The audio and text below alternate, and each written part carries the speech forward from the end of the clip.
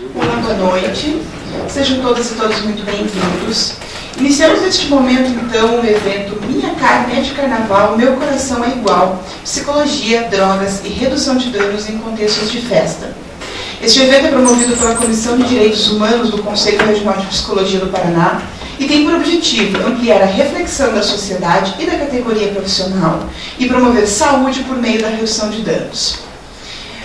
Convido neste momento, para dar as boas-vindas e fazer a fala inicial, a conselheira do 13º Plenário e coordenadora da Comissão de Direitos Humanos do CRPPR, psicóloga Sandra Regina dos Santos Batista. Boa noite a todas e a todos aqui presentes. Muito obrigada por terem aceitado o nosso convite para vir discutir esse contexto.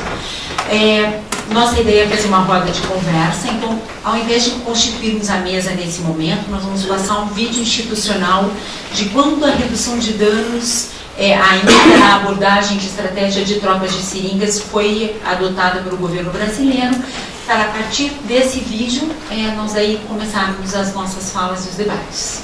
Ok? Então, obrigada e eu convido a todas e todos a assistirem esse momento histórico brasileiro.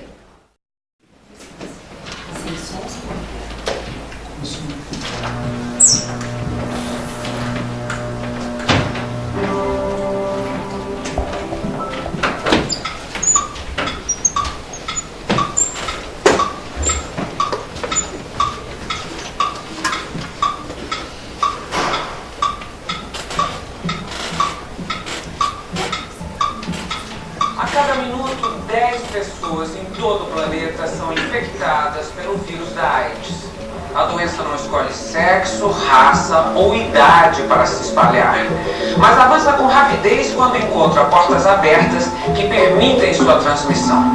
Uma delas é o compartilhamento de seringas e agulhas por usuários de drogas injetáveis, prática que acelera o tempo na luta contra o HIV.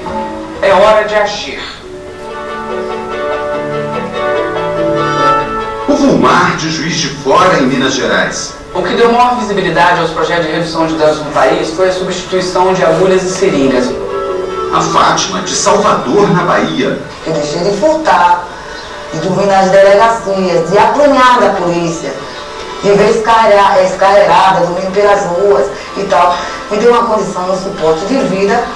Eu me agarrei como um náufrago, numa redução de danos. Hoje em dia eu tenho um trabalho, hoje em dia eu sou Fátima. E o Davis, de Porto Alegre, no Rio Grande do Sul. É importante distribuir esse material para o usuário de droga, para ele se conscientizar que ele, já que não quer parar mesmo de usar droga, né, fazer pelo menos o uso limpo. Personagens diferentes, cidades diferentes, uma batalha em comum, o respeito pela vida. Os três são redutores de danos, trabalham com pessoas que usam drogas injetáveis. A redução de danos é uma política de saúde pública que tem como objetivo reduzir a disseminação do vírus HIV, AIDS e outras doenças de transmissão sanguínea entre os usuários de drogas injetáveis. Quando eu saio para trabalhar, eu visto a camisa, sou redutora mesmo. O kit que nós distribuímos é composto de 2 seringas e 2 agulhas. Um recipiente para diluir a droga, a cocaína, a água destilada, que é água limpa, né? O garrote, o suave, um algodãozinho, né? Embebecido com álcool, o material informativo, né? E o preservativo. Particularmente, eu, depois que uso droga, o que eu gosto também é de fazer o amor, é bom, né? No Brasil, acredita-se que mais da metade dos usuários de drogas injetáveis já está infectada com o vírus da AIDS. A principal causa é o compartilhamento de seringas e agulhas, prática que também pode disseminar outras doenças, como a hepatite dos tipos B e C.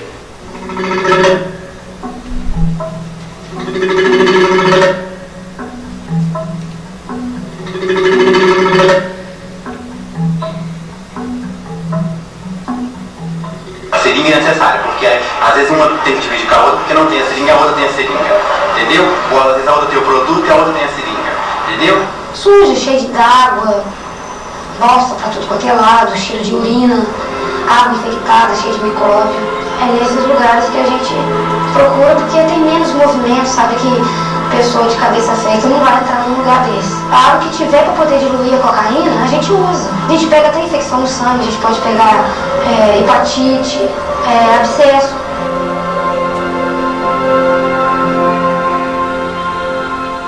Por isso, o Brasil adotou o Programa de Redução de Danos como um dos pontos mais importantes da política oficial de combate à epidemia da AIDS.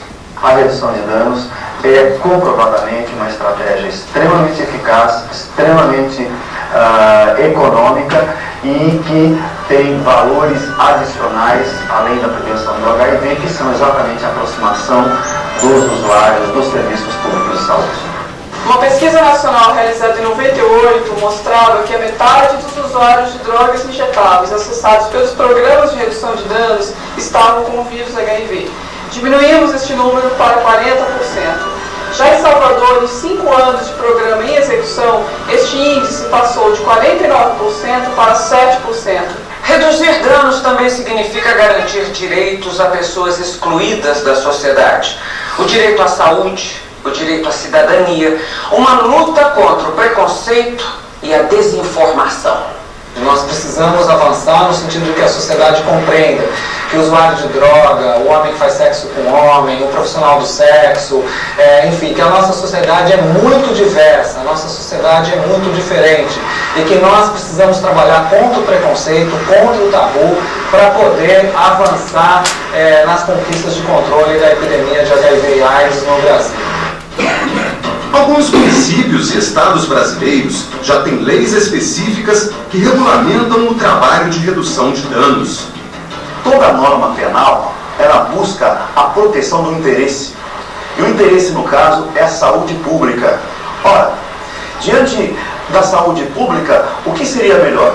Combater o efetivo uso do entorpecente ou combater também a AIDS? A lei veio para consagrar esse princípio, mostrando que não havia intenção de fazer com que as pessoas usassem droga, mas sim havia uma intenção com que elas mudassem o seu hábito e, portanto, evitassem contrair AIDS e hepatite, que são duas doenças com muita incidência entre usuários de drogas injetáveis. O combate à droga através apenas do esforço policial do aspecto legal não é suficiente, todos entenderam isso. Entenderam que essas iniciativas, como o programa de redução de danos, também está ligado à proteção à vida, que é uma de nossas obrigações.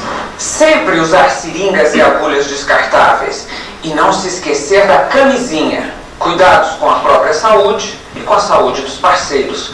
A redução de danos também evita a transmissão da AIDS de forma indireta.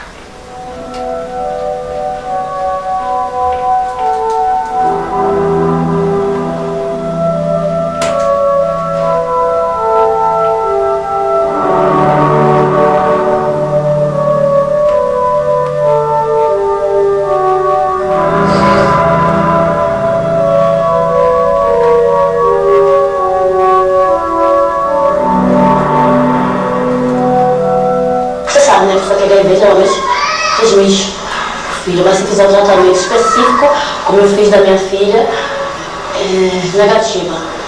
Minha filha nasceu negativa. Bairro Valongo, em Santos, no litoral paulista. Aqui começa a primeira experiência de redução de danos no Brasil. Foi no início dos anos 90, quando a cidade ainda exibia o maior índice de AIDS por habitantes no país. Uma pesquisa mostrou que cerca de 65% dos usuários de drogas injetáveis estavam infectados com o HIV. É aí que entra o José Roberto Lopes, ajudando a mãe dele, que trabalhava na pesquisa sobre AIDS. Eles conheceram minha mãe, e minha mãe recrutava as mulheres, homens, prostituta, travesti, para tirar sangue e responder o questionário. Eu estava assim, eu fui acompanhando, ajudava a orientar as pessoas, pôr as pessoas em fila. Foi só o começo.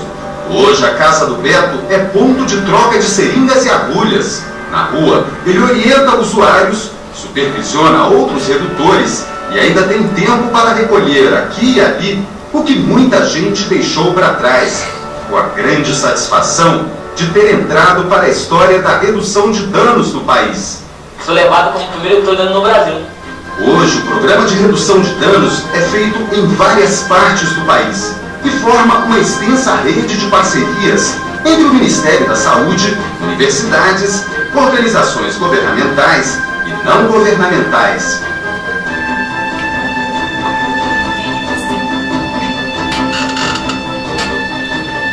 É necessária a parceria com a comunidade ou com as comunidades. É necessária a parceria com os usuários de drogas, principalmente, que sem essas parcerias fica muito difícil estabelecer, implantar ou implementar uma estratégia de saúde pública, de direitos humanos, de cidadania, que seja realmente eficiente.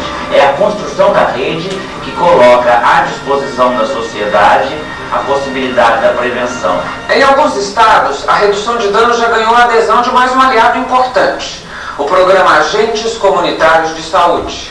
Quando o dia amanhece, vou trabalhar como agente de saúde, a comunidade vou ajudar. Como agente de saúde, a dona Luísa conquistou o respeito e a admiração dos moradores do bairro Boiadeiro, em Salvador.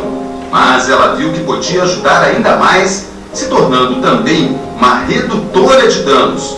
E o trabalho leva um toque todo especial. Esta é uma proposta que eu vou lhe fazer. Vai ser uma troca entre eu e você. Eu lhe dou a nova e você vai me dar a velha que eu vou guardar, para que outros não venham a se contaminar. É um trabalho que vai multiplicar a redução de danos, porque no bairro de 25 agentes comunitários e cada um visita uma família.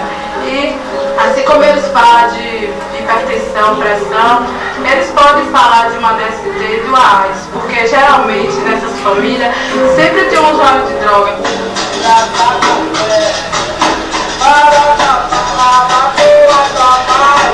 Quem coordena o programa de redução de danos em Salvador é o Centro de Estudos e Terapia do Abuso de Drogas, o CETAD, ligado à Universidade Federal da Bahia.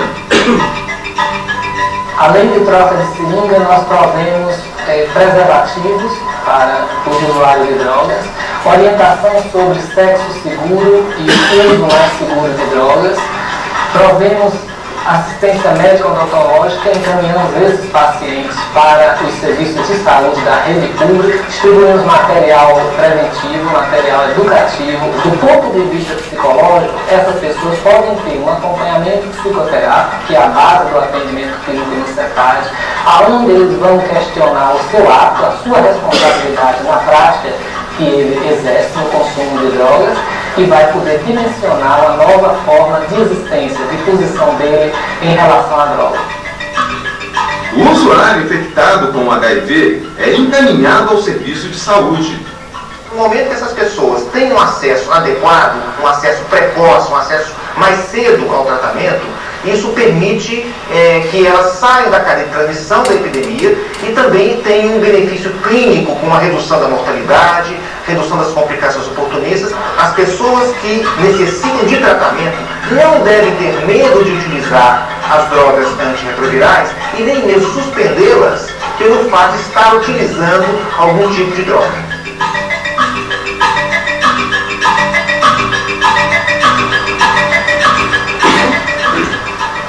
Mas como chegar ao usuário de drogas e conquistar sua confiança? Mostrar que muita gente pode e quer ajudar.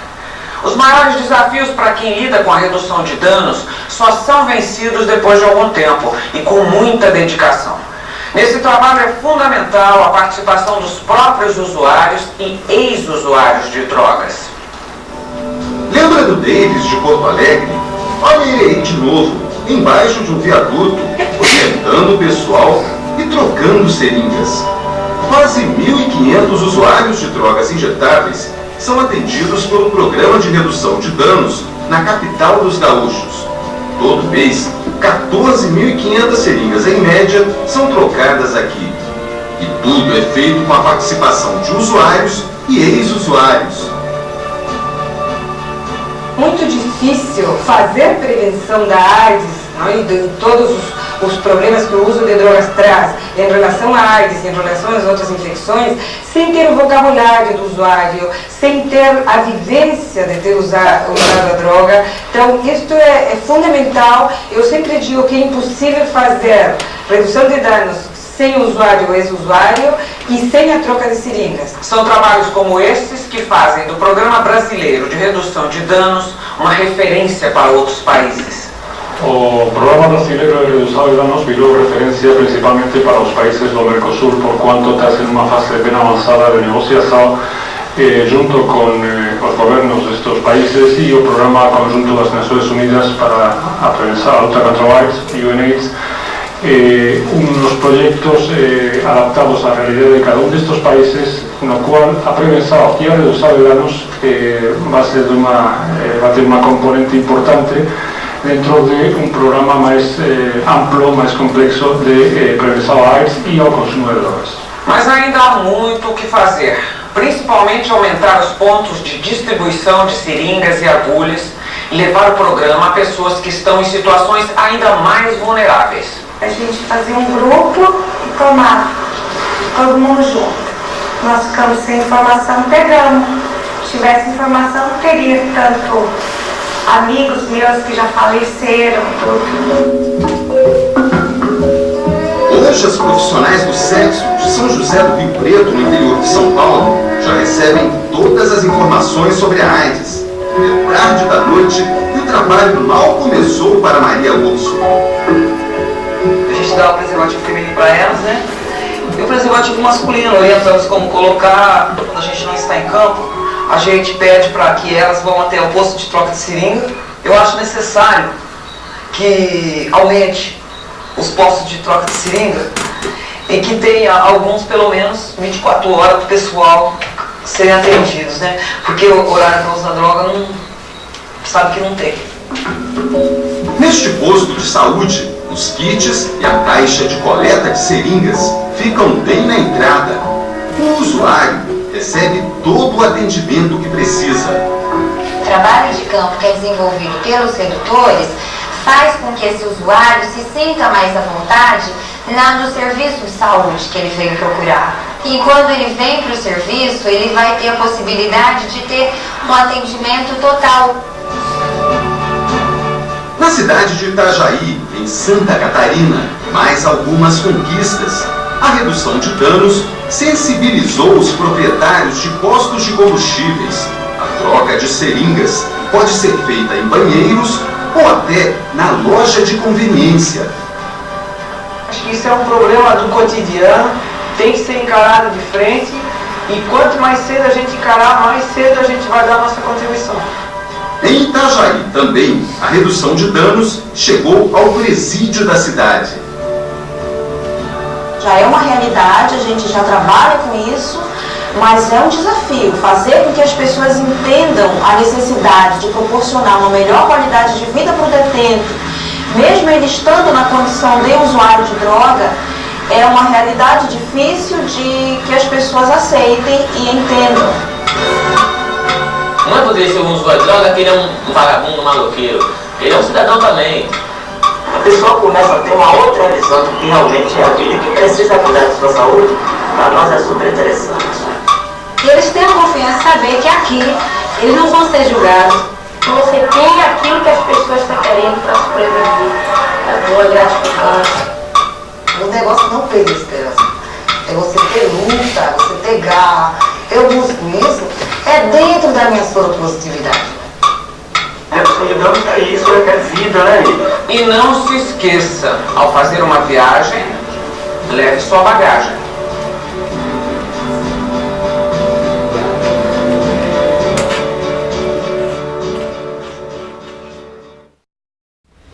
Bom, tendo assistido o vídeo, vamos dar então prosseguimento à nossa mesa. Eu convido então a nossa coordenadora do Núcleo de Políticas de Drogas, Vanessa Talchek, por favor, para compor a mesa. E também James Camp. As apresentações serão feitas de uma forma bastante informal.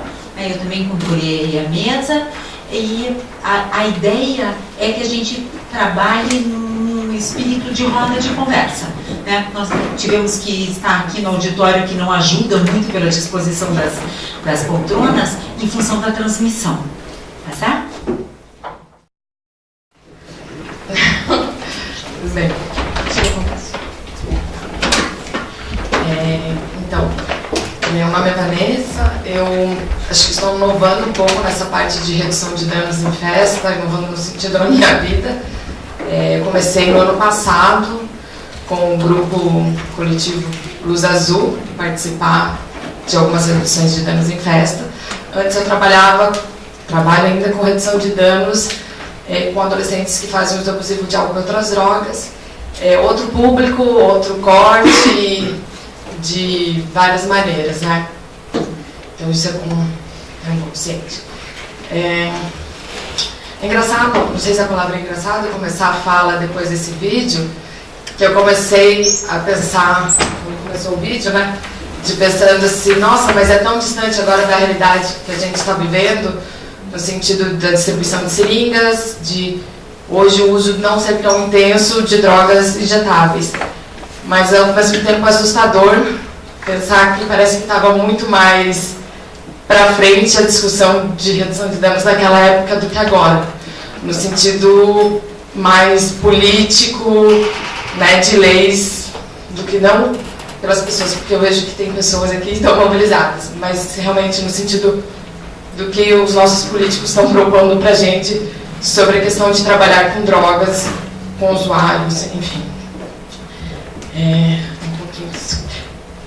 Eu estruturei um pouco a minha fala, e que na verdade é mais para trocar, porque eu vejo que tem pessoas aqui, muitas que eu nunca vi, mas muitas que eu já sei que tem um rolê grande na questão do trabalho com drogas, então seria bem legal fazer uma fala rápida para a gente trocar com vocês. Eu pensei em trazer um pouco um tema que talvez para algumas pessoas que trabalham com isso já é um pouco batido, que é uma metodologia sobre o trabalho com usuários em festa. É uma metodologia lá acho que da década de 50, foi retomada na década de 80 e fez uma releitura na década de 90, que é pensar em 3 categorias para trabalhar com isso em festas, que seria pensar na substância, pensar nos aspectos pessoais históricos da pessoa e pensar no cenário, no ambiente em que está sendo tomado indivíduo, a droga. Eu fico um pouco nervosa de falar com o microfone, então eu tremo. Tudo bem, tá passando no vídeo, gente? Eu falo que eu tremo. Né? Tudo bem.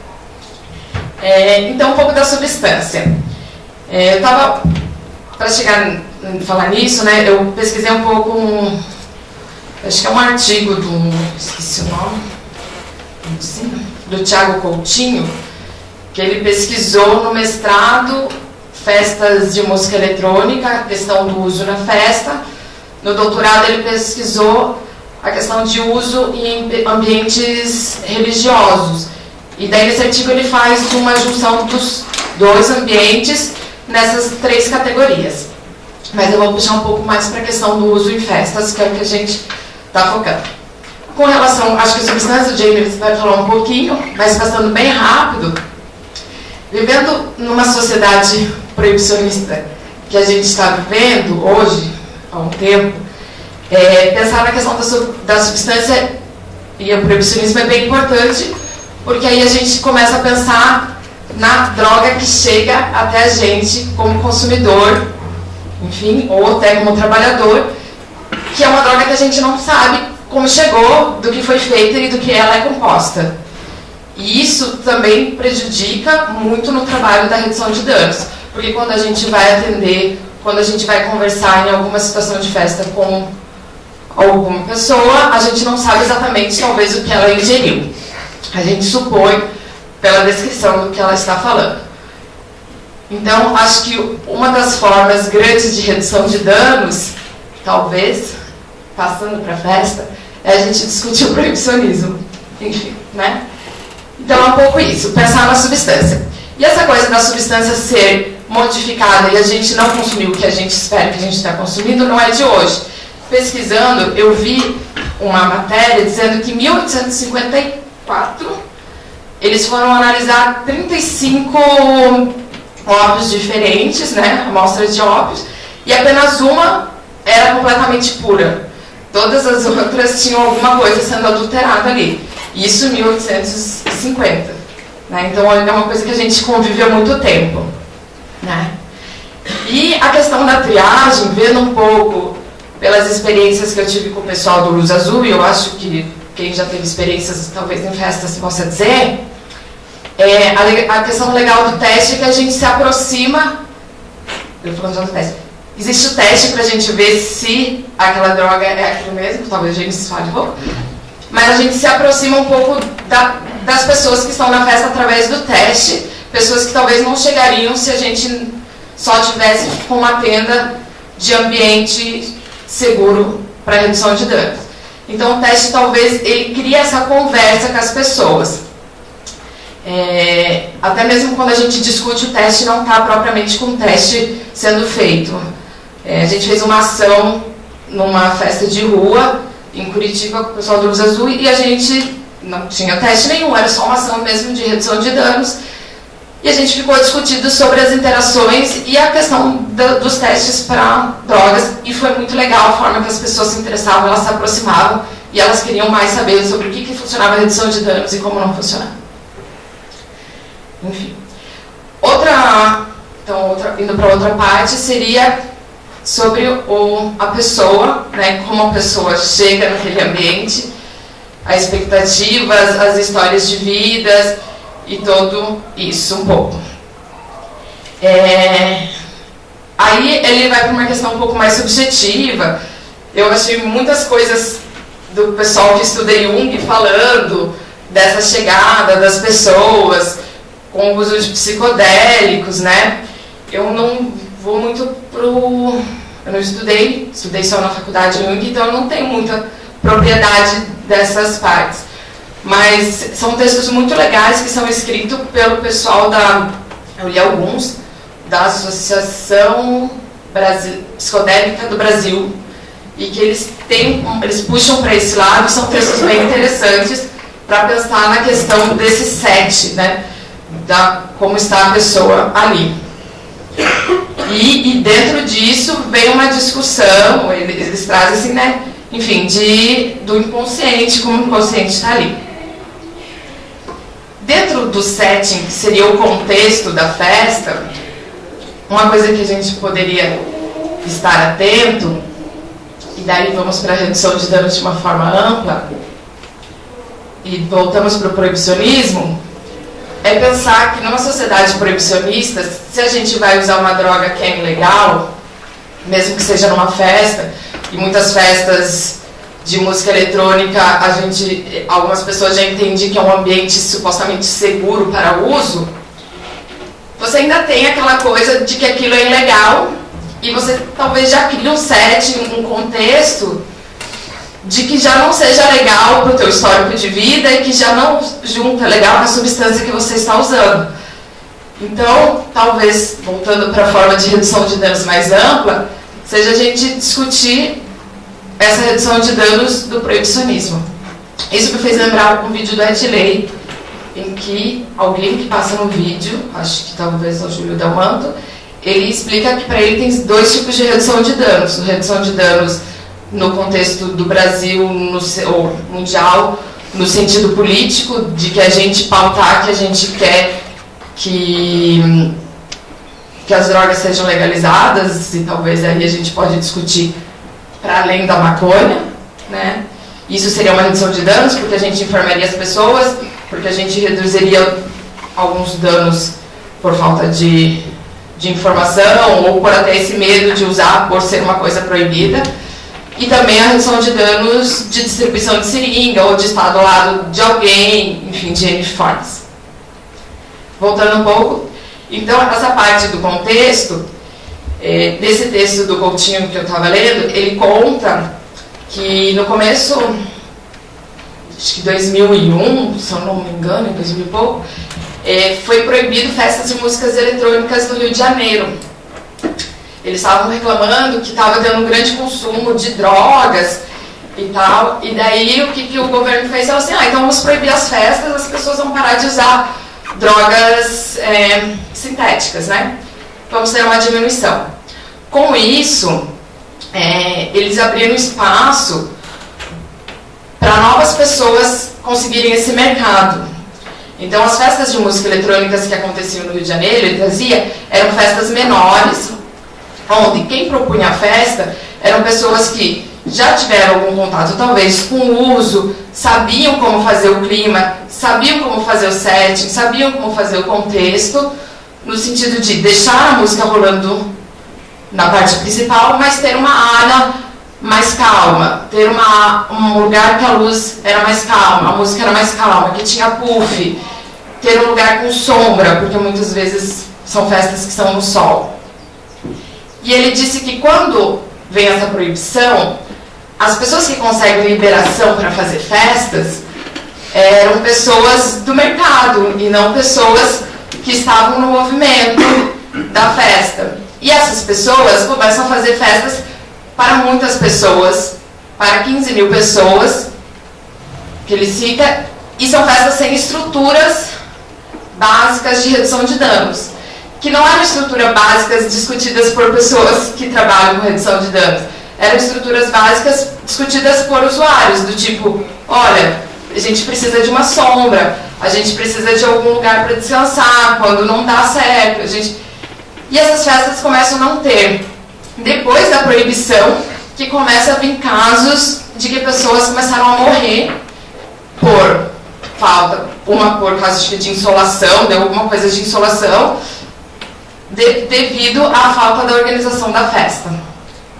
Eu achei interessante esse exemplo porque ele cita um pouco do que seria essa redução de danos nesse setting, que seria para além do que agentes, psicólogos, enfim, ou os redutores de danos poderiam fazer, né? Porque seriam coisas que as próprias festas trazem pra gente, mas que a gente pode pautar. Enfim, pensando nisso, né, esses 3 momentos, é um pouco o que eu queria propor de o que a gente pode pensar dentro de festas, enfim, fechadas ou abertas, como que seria isso. Dentro disso, eu fui pesquisar um pouco das ações de redução de danos que já existem aqui no Brasil. Ações não coletivas. Eu achei, só que eu esqueci de colocar aqui, agora eu não consigo.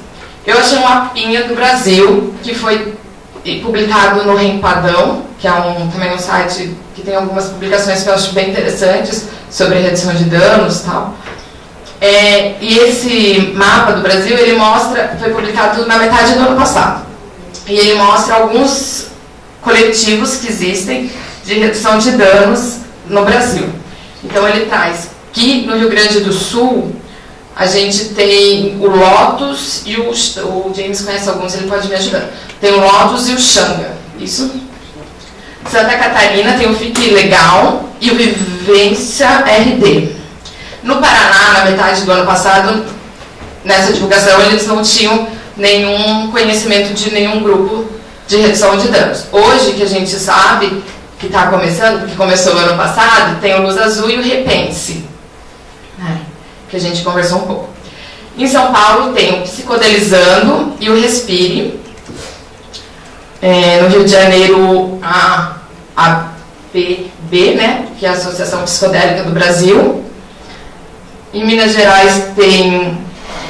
Daí na Bahia, que tem um rolê bem grande, tem o Balance, o Ceplante, Arte Cura, Teste. Fala Recife. Tem no Rio Grande do Norte o Celebrate e Nosfera. E no Ceará tem um Balance Ceará, que ele saiu do pessoal do Balance. Pesquisando desses coletivos, os que têm ações de redução de dano no carnaval, eu não consegui achar muitos coletivos. A internet não traz muito. E perguntando para alguns redutores de danos que eu conheço desses coletivos, eles também não trouxeram muito. O que a gente sabe é que a Associação Psicodélica do Brasil, ela está com uma ação que vai rolar no pré-carnaval, acho que esse final de semana, e uma ação que vai rolar no carnaval durante o carnaval inteiro. E uma das propostas deles, eu não sei que pé tá, que eles entraram com o pedido de habeas corpus para fazer os testes das drogas da teste de qualidade das drogas no carnaval de rua. Acho que eles trabalharam com habeas corpus para eles se precaverem. O pessoal da Bahia, há muitos anos, o pessoal do CETAD tem um grupo de redução de danos no carnaval, que você acha vídeos e divulgações. Esse ano eu não achei divulgação nenhuma. Eu não sei se o que rolou. Eu acho que provavelmente vai sair, só não está divulgado de alguma forma. Eu falei também com o pessoal de São Paulo, do Respire. O pessoal do Respire falou que eles estavam tentando fazer um panfleto, mas eles também não sabiam se sairia esse panfleto ou não sobre a ação de redução de danos.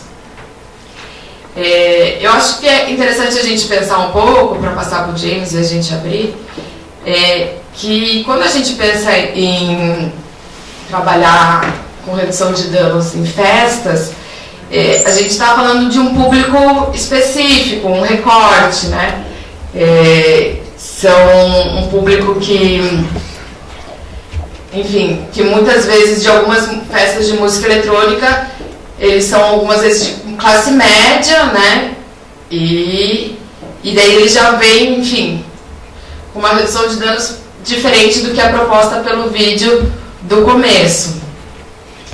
No sentido também de que é uma redução de danos talvez pontual de uma festa e não uma redução de danos talvez mais sistemática. Dentro disso, um dia eu estava conversando com o Miro do Respire, ele disse que o pessoal do Respire pensa um pouco, e acho que eles começaram já faz algum tempo, e mudar um pouco também a atuação das festas. Então eles foram também, acho que para a periferia, para os bailes funks, e também começaram a trabalhar com a questão dos lança-perfume. Né? Então acho que quando a gente fala de festa, a gente também tem que pensar, né, nesse setting de qual festa é que a gente está caracterizando o nosso trabalho. Eu acho que é um pouco isso. Depois a gente pode conversar mais. Isso aí.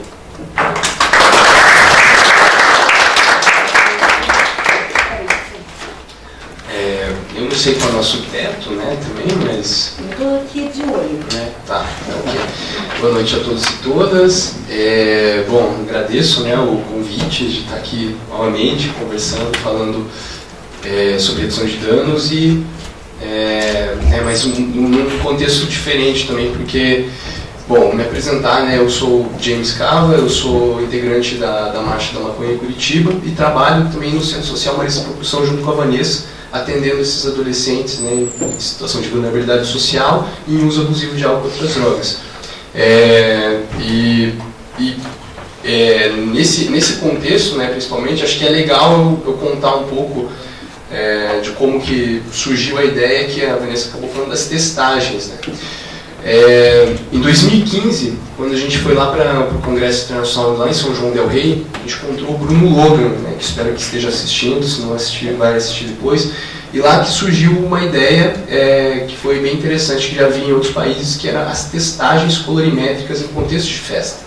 Então você tinha lá um stand, um local determinado para você chegar, se aproximar da equipe e levar uma amostra da substância que você tinha ingerido ou você estava portando para realizar a testagem. Isso deu uma abertura muito interessante para se pensar várias coisas, né? E o Bruno trouxe isso, falou, né? Eu falei, poxa, mas isso são testes consagradíssimos já dentro da química, né? E da ciência como um todo, são testes de 200, 300 anos, mas que foram cotidianizados para o contexto de festa, com um outro formato, né? Um kit de testagem, né? Então antes o teste só existia de uma maneira, um líquido que testa e que identifica a substância. Mas além disso, a ideia era desenvolver um teste, algum kit que permanecesse na mão do usuário. Essa conversa lá em 2015 demorou 2 anos para ser maturada, até que a gente desenvolveu, eu e o Fabiano Soares, que está aqui também, químico, desenvolvemos esse teste para a substância, kit colorimétrico para testagem de substâncias. Foi reinventar a roda, foi na verdade ver já como que os outros países estavam elaborando os seus, né, nesses contextos, e produzir o produto nacional aqui, né. A gente está agora em vias de regulamentar todo esse processo aí também, porque, né, produz, enfim, vende, etc. Mas a ideia começou para disponibilizar para os coletivos de redução de danos uma instrumentalização para que eles pudessem, né, qualificar a abordagem dentro das festas. Isso foi fundamental, porque qual que é o melhor contexto para que eu teste uma droga? Quando ela for legalizada ou agora, né, que eu não sei o que ela é, né? O melhor contexto para você testar uma substância é quando você não sabe o que ela é, né? Quando legalizar, se legalizar e quando legalizar, a gente vai saber o que está consumindo, né? A gente vai estar lá, microgramas, a LSD tantos microgramas, cocaína 80%, você vai saber o que você está consumindo, né? E não pegar apenas no olhar, né? Ficar preso ali à sensoriedade do que você conhece e tal, né? Então, interessante, eu acho que o teste ele tem essa simbiose quase com a proibição, porque se eu legalizar, eu retiro a necessidade do teste. Não há mais para que testar, né? Então, essa ideia surge lá em 2015 e tal, e matura até o final do ano passado, começo do ano, com a ideia do kit, né? Então, hoje a gente disponibiliza para os coletivos de redução de danos. Essa é uma vontade nossa de comercializar com eles. A gente vende, né, paga o frete, eles pagam o frete e recebem todos os reagentes. Eventualmente, usuários pontuais compram, né, mas o grande contexto hoje é vender para coletivo, disponibilizar para coletivos de redução de danos que façam e que instrumentalizem, né, essa prática no contexto da festa. Nós fizemos, né, Balu, uma abordagem lá, eu ia comentar disso agora. Eu também sou novo nesse contexto de rave, né, de festa de testagens, apesar de conhecer o teste, conhecer como fazer análise das substâncias, mas o usuário, de fato, é o maior, é o especialista, né, e ele vai falar sobre isso. A gente fazia uma abordagem lá em Campo Largo, no dia 17 de dezembro do ano passado, do Psicodelia 10 anos, um festival que rola e tal, e eram os 10 anos dele agora. E foi demais, né, a nossa chegada lá no evento, a Vanessa estava junto também. A gente foi, né, recepcionado muito bem pelo pessoal. Assim, antes de montar o stand, antes de ter as coisas montadas, o pessoal já estava querendo testar. Vocês são o pessoal das testagens? Eles já estavam se aproximando. Então você vê que existe um apelo, existe uma necessidade muito grande de a gente estar lá falando disso, né? Mas mais que isso, eu queria fazer um apelo para a ideia do teste, né? O teste ele não é ilícito, né? Uma substância é ilícita. O teste ele não é. Nenhuma das substâncias, da formulação criada para fazer o teste, formulada, é de venda restrita, é de venda proibida, né? Todos os produtos, tudo que se utiliza para fazer a testagem, qualquer um com CPF vai lá, compra e faz, né? E, além disso, a testagem ela é prevista dentro da portaria que regulamenta a redução de danos dentro dos CAPs. Portaria 1059 de 2005 fala na instrumentalização dos testes na distribuição de seringas como práticas de redução de danos, e não como apologia. A gente viu um vídeo ali, né, o Major comentando, né, que não apenas a repressão, né, no viés policialesco ali é necessário, mas também para aqueles indivíduos que já fazem uso, não querem parar de fazer e têm problemas se pararem de fazer uso de drogas, que isso é importante também. Ele entendeu que isso também é salvaguardar a vida, né, no jargão policial, o que é muito bom. A gente tem que entender que né, não é minha vontade, o proibir as festas, etc., que vai evitar que o indivíduo use, e muito mais de usar qualquer outra coisa. Então, o teste ele traz uma seguridade científica, né, para a abordagem ali, porque o teste não vai mentir. A reação química que gera ali no aparecimento, né, como que é o teste, para vocês se situarem. Desculpa essa fala atropelada também, mas o teste ele o Fabiano trouxe alguns aqui. Ele é assim, ele é um potinho, né, que tem uma tabela aqui dentro e com um frasco. Esse frasco ele tem um líquidozinho que você pinga em cima da substância ser testado e ele gera uma cor nesse inteirinho, né? Aqui tem um teste desenvolvido pelo Eduardo Marques, um químico inglês, eu acredito, que ele fez um catálogo de várias, não apenas ele, né, mas várias outras pessoas contribuíram para isso, onde tem aqui uma variação de cor conforme a testagem realizada. Então, por exemplo, você tem MDMA, você vai pingar em cima, o MDMA, metilengetox, o êxtase, né? Você vai pingar em cima dele e você vai confirmar, você vai validar aquela sua hipótese ou não, daquilo ser aquilo que você quer que seja. E tem para diversas substâncias, né? Então aqui tem MDMA, anfetamina, metafetamina, heroína, morfina, codeína, metilona, para você ver. Então também o teste não tem discernimento em relação às drogas lícitas e ilícitas, né? Ela testa dependente delas, né? Mescalina, oxicodona e principalmente o que é o carro-chefe hoje quando a gente vai falar em testagem de festa, os N-bombs e outras substâncias que são análogos sintéticos desenvolvidos que simulam efeitos parecidos com os efeitos do LSD, parecidos com os efeitos de outras substâncias, mas não são essas substâncias. Então são substâncias que imitam o efeito, mas não são aquelas que a pessoa deseja. Isso é muito importante para que tanto o redutor de danos quanto o usuário saiba como proceder numa abordagem de risco. O indivíduo tomou lá um papel que ele acreditava ser LSD, na verdade é uma outra substância, e aí ele vai tomar mais água, ele não vai poder tomar água, ele vai ficar quanto tempo naquela pira, né? Ou ele vai deixar aquilo mais rápido. Quais são os outros efeitos que estão envolvidos ali que ele não estava pensando quando ele achou que estava tomando aquilo que ele acha que era? Isso é muito importante, né? Essa abordagem é muito interessante. O coletivo Lotus, para vocês terem uma ideia, eles mandaram, enviou os testes para eles, eles mandaram um relato de como foi a abordagem na festa lá.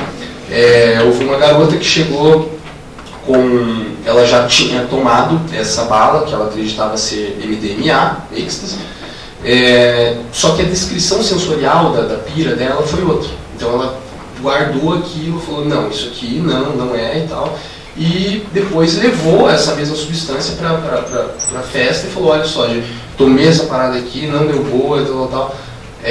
Eles foram, e ela, nessa descrição, ela também, eu investiguei os efeitos e deu aqui que talvez seja PMMA, que é uma substância também identificada por esse outro teste, que também são famílias de drogas que os testes pegam, né? Então eles pegam essa parte aqui de outras substâncias, que o PMMA é um produto indesejado na síntese clandestina, por exemplo, de MDMA. Você gera ali a parametilmetoxifetamina ou a parametanfetamina, que são duas substâncias extremamente hepatotóxicas e que trazem muito mais perigo, danos ao indivíduo do que o consumo do próprio MDMA. Então, na hora que ela descreveu sensorialmente o teste, eles foram lá realizar, batendo em cima do PMMA. Então isso é interessante, né, para validar o que o indivíduo está sentindo, se era mesmo, não ficar naquela dúvida e eventualmente uma dúvida eterna, né, não vai mais tirar ela de qualquer jeito. E tem outro teste, que é o teste para LSD e outros psicodélia, outros indóis, né, que simulam também os efeitos da LSD. São que a gente chama as drogas serotoninérgicas, elas são muito parecidas ali, elas vão todas no mesmo receptor. Eu não queria, né, eu falar muito de substâncias, falar de drogas, isso é química, né, então ficar falando de moléculas também não é a questão, mas e também você não precisa saber de química para você fazer esses testes, né, é uma questão intuitiva ali de você ver a cor, bater, e é isso, não é um teste elaboradíssimo, é um teste qualitativo, né, você vai perceber só apenas a presença da substância e não a quantidade da substância, né. Para você fazer um teste quantitativo, de quantidade, você tem que fazer um outro teste, mas mais outra conversa. Atrás tem uma maneira de usar, né? Coloque aqui a substância na tampa, na própria tampa, pegue o líquido, pingue em cima, analise com a tabela e compare. Depois higienize, né, a tampa, use as luvas, a gente disponibiliza as luvas, o frasco está aqui no meio, né, esse frasquinho, que dá para N testagens. Então os indivíduos fazem, usuários fazem, né, não só usuários, né, quem que quer testar as substâncias hoje? Usuários, traficantes, policiais poderiam utilizar isso aqui para testar a substância, né? Pegou dedo flagrante e lá e testa. Então, esse teste ele é uma instrumentalização para diversos profissionais, não só para usuários, etc. E foi uma questão importantíssima para o desenvolvimento dessa ideia, quando o Logan ele apresentou esse trabalho, o Bruno Langa, lá no começo, quando estava falando, ele apresentou um trabalho lá no Congresso Internacional sobre Drogas, em São João del Rei, de um aplicativo de redução de danos, redução de danos. Lá, vocês colocarem na Play Store, vocês vão achar o aplicativo do Bruno, e ele colocou junto desse aplicativo uma enquete, falando o que movimenta, qual que é o maior perigo hoje, você usuário, em consumir uma substância ilícita. É o medo de ser preso, é o medo de ser pego, é o estigma social que você vai sofrer por ser taxado como usuário, ou é o medo do que você está consumindo, é não saber o que você está consumindo. 90% das pessoas responderam que era o que você não sabia que estava consumindo. As pessoas não estão com medo da polícia, as pessoas não estão com medo de serem estigmatizadas, as pessoas vão usar, independente disso, elas querem saber o que vão utilizar.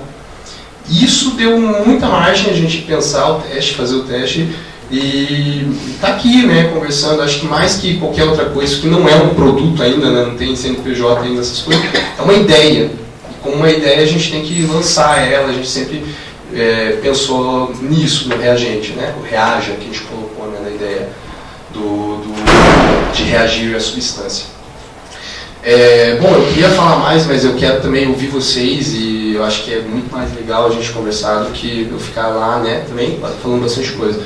Posso falar de outras coisas, né? Posso falar que a maior redução de danos também é, né, a legalização, se a gente fosse pensar nesse sentido, de todas as substâncias, porque a gente não precisaria de testar nada, né, estaria tudo catalogado. E é isso, tá? Eu vou passar a fala agora para a Sandra, quero que a gente converse bastante. Obrigado. Eu vou pegar um minutinho. Já que passou nervoso, posso pegar um minutinho.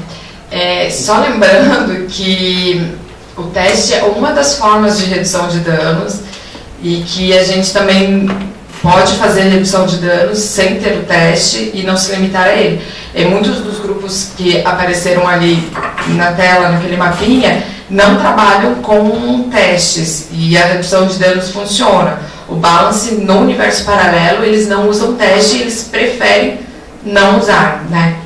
E para além disso, a gente tem a redução de danos, que é o nosso acolhimento, que a gente sem preconceito para receber a pessoa, que a gente ter aquele setting gostoso, que a gente saber acolher e saber entender um pouco a pessoa, porque muitas vezes a pessoa sabe para onde ir, ela só está no momento de nervosismo, né? Quando ela chega em algum momento de bad, alguma coisa. Então, muitas vezes, acho que é a nossa disposição de como a gente está no lugar que pode valer muito mais. Agora, a Sandra. Tá ótimo. Eu vou dar uma amarrada aqui só e uma contextualizada, então, enquanto história de redução de danos e enquanto conselho de psicologia. Nós estamos aí construindo a nossa comemoração dos 30 anos da redução de danos em 2019. Então essa história, que um tanto delas vocês conheceram no vídeo, algumas dessas pessoas já não estão com a gente, muitas ainda estão. Esse vídeo que passou no início, ele é acompanhado do manual. Eu tive o prazer de escrever a parte ética, o capítulo sobre ética desse manual. E acho que é muito forte nós pensarmos, enquanto pessoas, cidadãos, cidadãs, enquanto profissionais, enquanto usuários e usuárias, os contextos todos, né? Então, eu fiz muita questão de trazer o vídeo, por quê? Porque esse vídeo saiu em função de uma epidemia da AIDS. Ele não saiu e não foi abraçado pelas Nações Unidas para Drogas e Crime e pelo Ministério da Saúde por conta de uma preocupação com o usuário. Mas não, apareceu porque, como vocês viram na locução da Marília Gabriela, as pessoas estavam morrendo de AIDS e estavam se infectando pelo uso compartilhado de agulhas e seringas. E que depois que a gente começou a fazer os programas de trocas de seringas e as pesquisas foram acontecendo, se desconstruiu muitos tabus naquela época. Sim, os usuários, quando eles estavam de posse de insumos, eles não compartilhavam agulhas e seringas. Eles compartilhavam porque a maioria deles não tinha acesso. Tinha que usar a do colega, porque se ia até uma farmácia comprar e você tinha uma cara ou estava tremendo mais um pouco, Vanessa, eu também tenho de hipoglicemia, é uma besteira. Não vendiam para você. Então, veja, foi um avanço histórico porque nós conseguimos trazer uma discussão política que é muito maior. Quando você pega uma panela e você põe o cabo dessa panela para o lado de dentro do fogão, você está praticando redução de danos. Quando você usa o cinto de segurança, você está praticando redução de danos. Quando você constrói ciclovias, você está falando de redução. A redução de danos, ela simplesmente existe. E veio ser sistematizada e ser focada em questões mais específicas que são, na maioria da nossa história, construídas sim em função do proibicionismo. E é por isso que esse plenário ele tem uma postura antiproibicionista. Então, o 13º plenário desse Conselho de Psicologia, ele é antiproibicionista porque ele não faz apologia ao uso de drogas, porque ele não nega que o uso das substâncias pode sim gerar danos à saúde, pode sim gerar consequências não bem-vindas, mas ele assume que proibindo você piora e agrava, porque as pessoas não têm informação do que elas estão consumindo, aonde elas estão consumindo, o que pode ser feito em relação a isso. A maioria das vezes, o início ou o uso experimental está muito vinculado com o desejo de violação, que a gente vê muito, principalmente na adolescência, no início dos usos experimentais. E porque na área do direito, o fato do proibicionismo existir traz uma das maiores consequências que hoje nós vivemos em termos de mundo, que é uma população encarcerada como nunca se viu na história da humanidade, nem em tempos de guerra. Os Estados Unidos, que protagonizam essa guerra às drogas, eles têm a maior população carcerária do mundo. E também tem um problema seríssimo de overdoses, um problema seríssimo de uso inadequado. Enfim, nós entendemos então que se a gente quer trabalhar com a autonomia do sujeito, que é uma das questões fundamentais na psicologia, a gente tem que respeitar o direito de escolha e empoderamento desse sujeito. E é baseado nisso, então, que esse plenário tem uma posição antiproibicionista. Eu acho muito importante, quando a gente fala de redução de danos, a gente lembrar do aprendizado do usuário. Quando a Vanessa disse, olha, proibir no Rio de Janeiro bagunçou um monte e piorou o cenário. Por quê? Porque eram usuários que faziam aqueles ambientes de festa. E aí eles sabem, e eu digo eles porque eu sou uma usuária que não tenho problema com a minha substância de eleição, porque eu sou uma apaixonada por vinho. E eu posso comprar vinho até no posto de gasolina, porque tem alguns que vendem. E diga-se de passagem, nós da redução de dano nos achamos que a nossa política de álcool é uma porcaria. Nós temos que rever. Então, ser antiproibicionista significa querer que as drogas sejam legalizadas, mas sejam regulamentadas, tenham boas e eficazes políticas e não isso que a gente vivencia. Então, quando eu digo eu não quero me tirar do espaço de usuária, que eu assumo, mas eu não quero me colocar como uma usuária que tem problemas porque eu não tenho.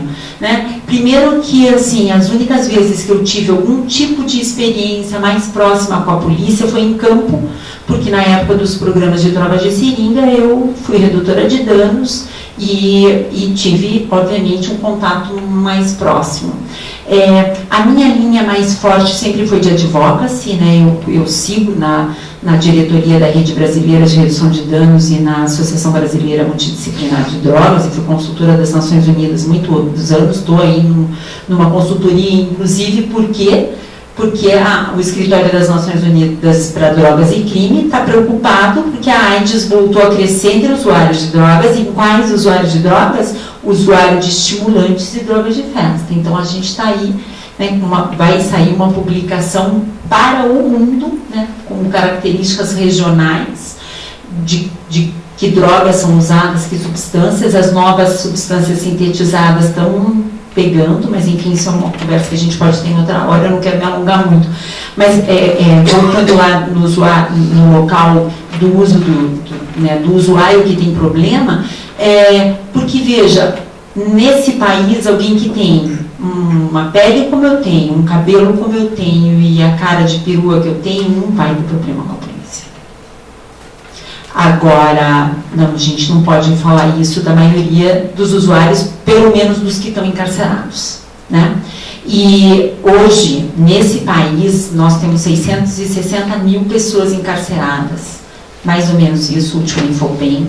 Dessas, 250 mil estão provisórias, e estão provisórias porque a nossa lei de drogas, que era muito ruim, avançou um pouco em ter um espaço para redução de danos, em ter essa ideia de que despenaliza o usuário, que é uma ideia completamente equivocada, mas ela aumentou em muito a pena para o que é caracterizado como traficante e não tem direito a responder em liberdade. Então, assim, uma grande parte disso tudo vem daí, e essas pessoas, né, muitas vezes ficam anos presas até que possam vir a julgamento. E a sabedoria do campo geralmente está nessas pessoas que acabam tendo problemas, ou porque tiveram problemas com a polícia, ou tiveram problemas com o seu uso e foram marginalizadas por conta disso. Então são esses os usuários que acabam ensinando pra gente que, olha, se misturar o crack com a maconha, você consegue comer, você consegue dormir, e aí tem um estudo bem forte lá da Unifesp em cima disso. É o usuário que vai dizer, puxa, mas a minha temperatura sobe muito, e ele nem sabe muito bem por que sobe muitas vezes, mas ele sabe que se ele beber água e ele ficar na sombra e dar um tempo, um espaço mais calmo, todo esse sistema vai funcionar. E a gente muitas vezes não consegue ouvir, por quê? Porque ou tem as questões vinculadas ao preconceito, ou principalmente tem as barreiras da legalidade, né? Então, nós vamos, né, e está aqui o nosso trabalho, então a gente tem hoje essa mesa e sábado a gente tem um trabalho na rua. Nós vamos trabalhar em cima da redução de danos com álcool.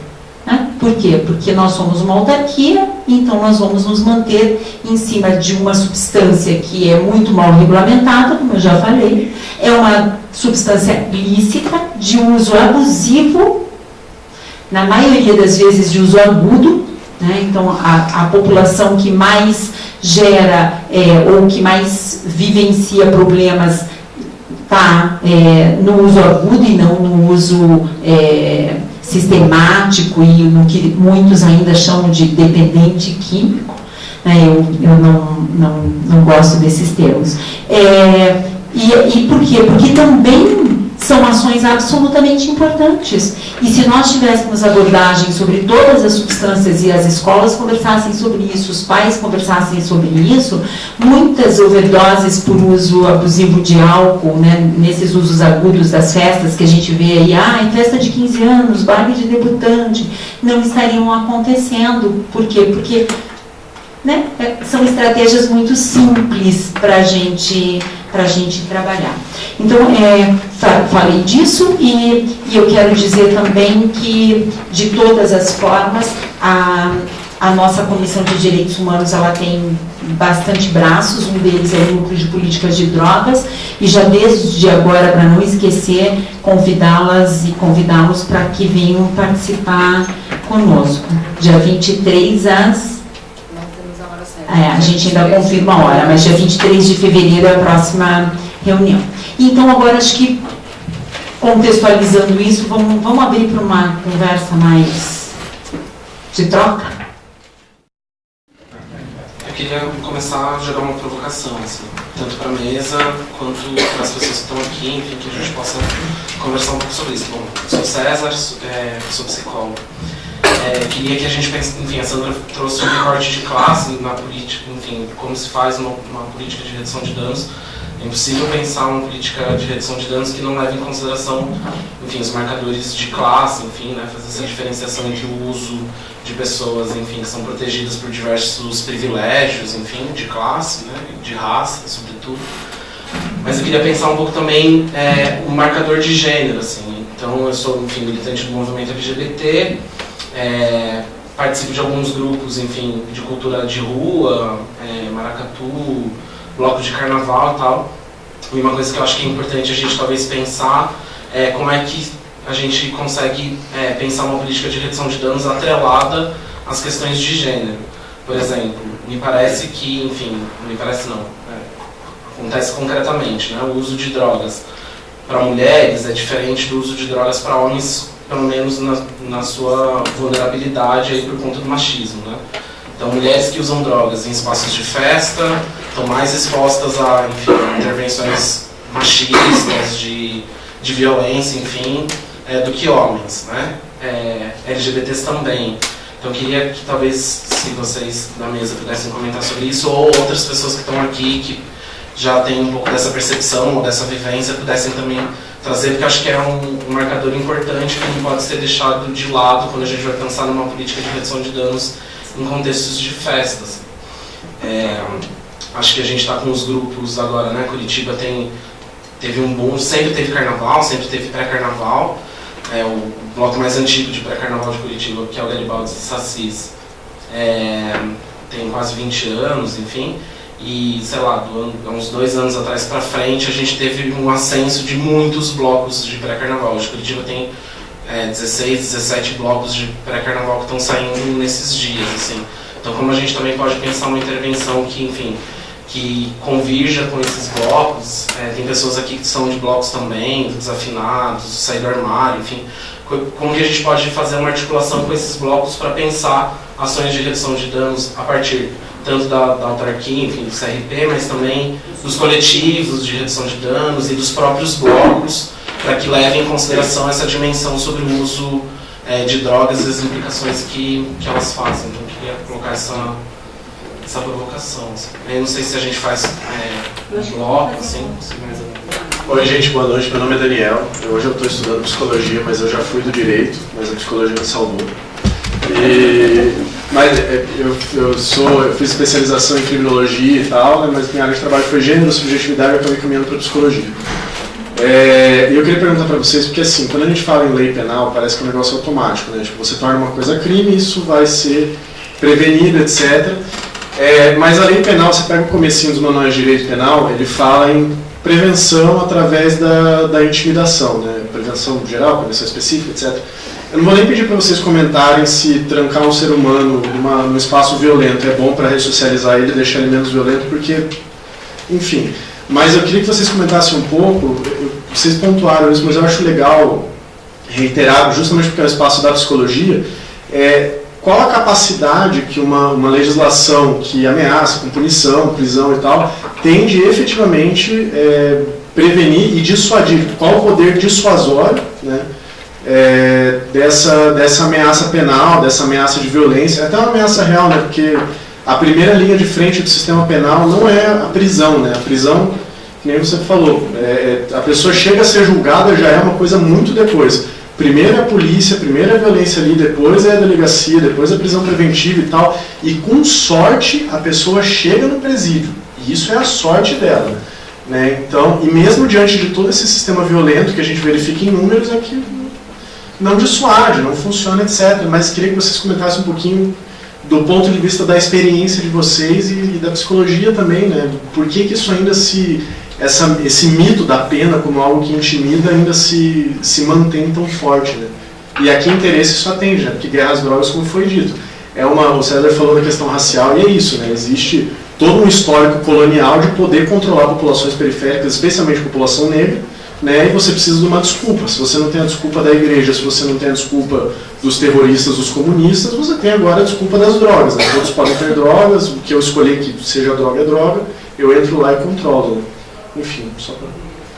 Bom, boa noite. Eu queria parabenizar o Conselho por trazer esse tipo de discussão, acho muito importante, mas principalmente tirar essa discussão só daqui e levar para as ruas, para os amigos, para os familiares, para a gente poder criar um tipo de conscientização na população. Eu queria que vocês falassem um pouco mais sobre a experiência com o teste na festa. Se promoveu alguma redução de danos, se conscientizou as pessoas, se muitas pessoas quiseram testar a substância que tinha consumido ou que ia consumir, se alguém chegou a deixar de usar algo por causa do teste. Eu vou dar só então uma amarrada da internet para passar para vocês. Eu falei um pouco do conceito de redução de danos na aplicabilidade do dia a dia, mas a Vanessa, em cima do que a Vanessa trouxe, é fundamental em qualquer abordagem que seja dentro de uma política de redução de danos o respeito ao sujeito. E é o entendimento que é uma pessoa interagindo com determinada substância da eleição dele, que pode ser ou não, porque aí a gente vê que pode estar achando que é e não é, num determinado contexto. E que enquanto profissionais, mesmo que de várias áreas, né? Então os profissionais psicólogos e psicólogas, os profissionais que estão na área da química, redutores de danos, enfim, todos nós partimos da premissa de que é o desejo daquela pessoa que vai ser levado em conta e respeitado, né? Construindo alternativas e estratégias junto com ela, em cima sempre de premissas científicas, porque lembrem, né, a ciência deve ser laica, isso é uma coisa muito importante, e que da mesma forma como as pessoas confundem muito antiproibicionismo com apologia, elas também confundem redução de danos com oposição à abstinência, e isso não é real. Então essa é uma pergunta que eu estou respondendo agora. A abstinência é uma das opções para qualquer tipo de eleição de uso. Quem define isso é a pessoa que está usando, né? E se ela vai desejar essa abstinência e ela for possível ou não for possível, a construção de estratégias para chegar. Então, assim, a redução de danos não exclui a abstinência, mas o lindo dela é que justamente ela não impõe a abstinência. E os estudos que nós temos, e nós não temos muitos estudos nessa área, a gente tem mais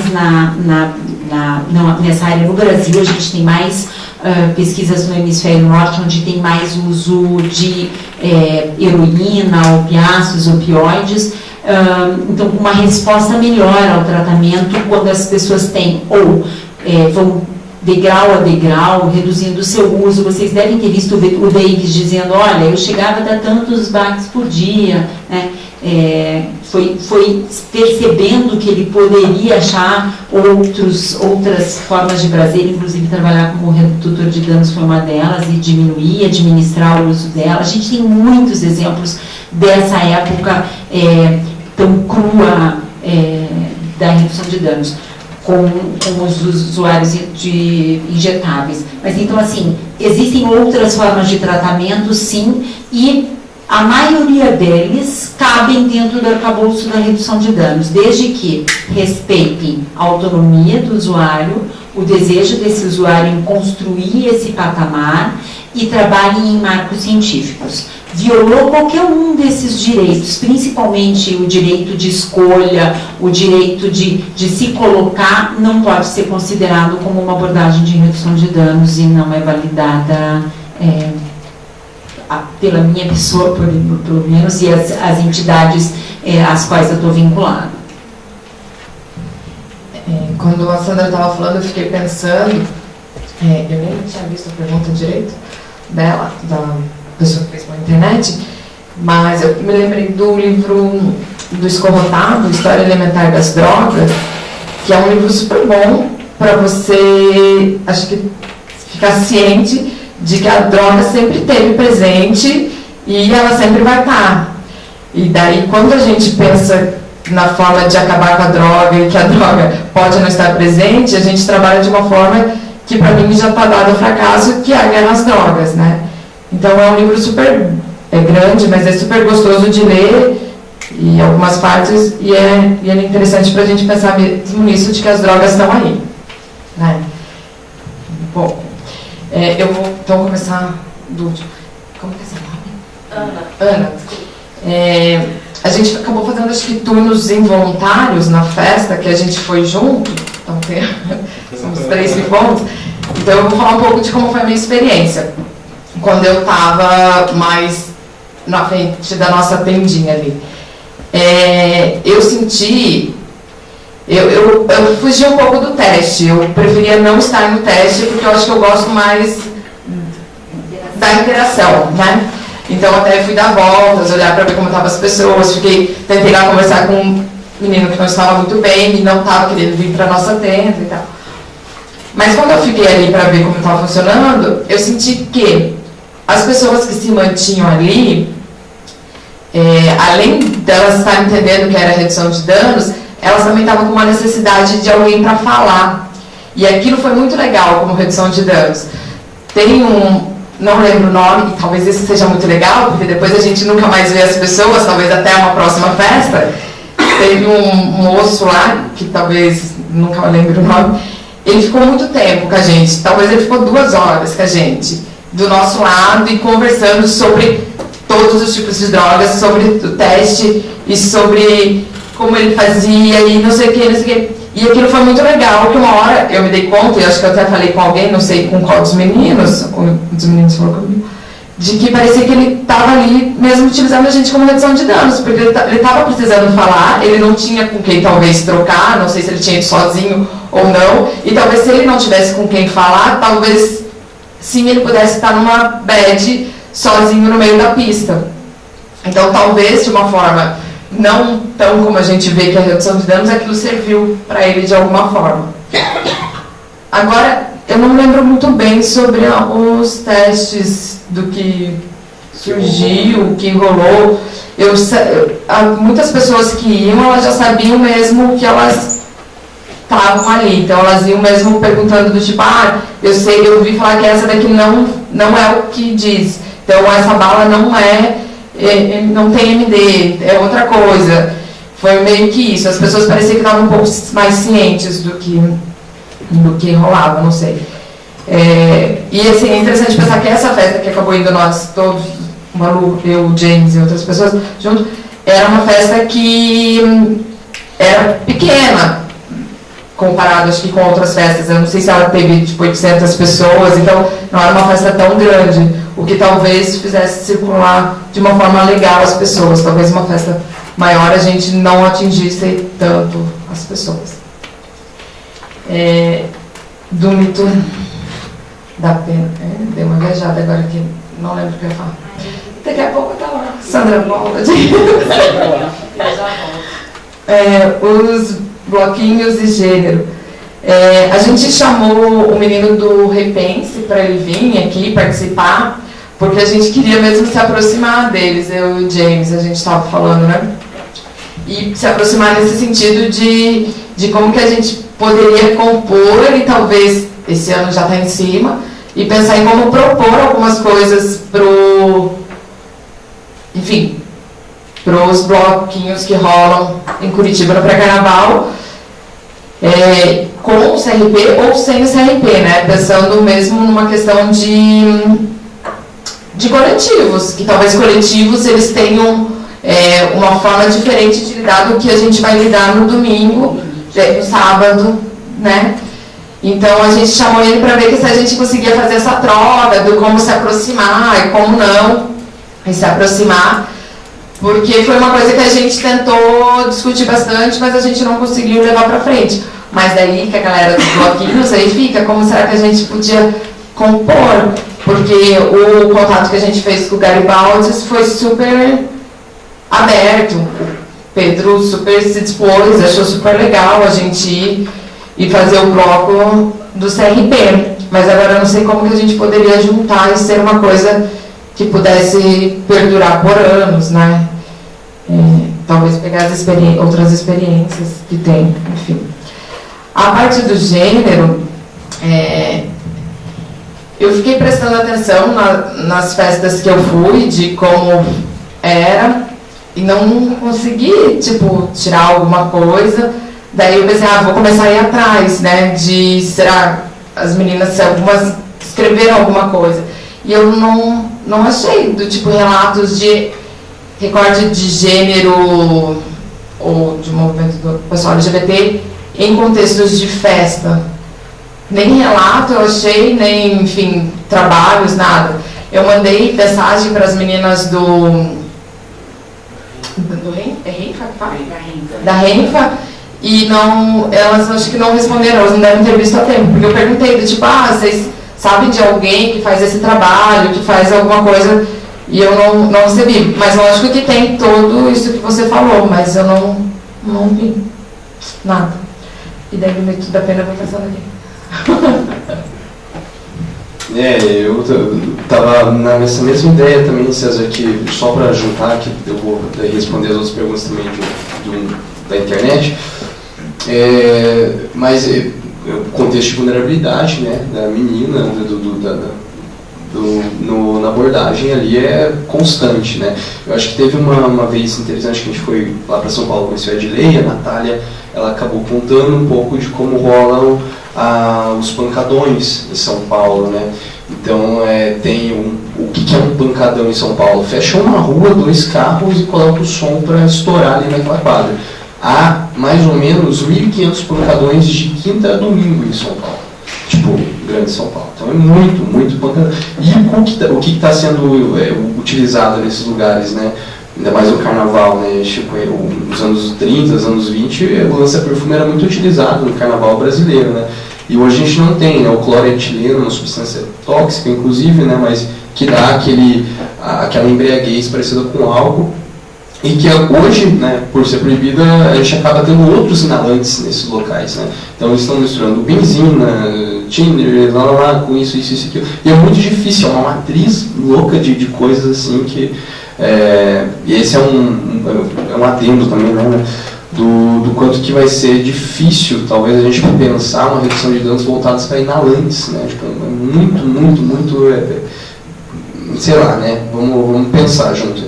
Mas respondendo também, Ana, junto com o que a Vanessa falou e com o que alguém perguntou pela internet, né? A pergunta foi quais os resultados atingidos até o momento com a testagem de substâncias.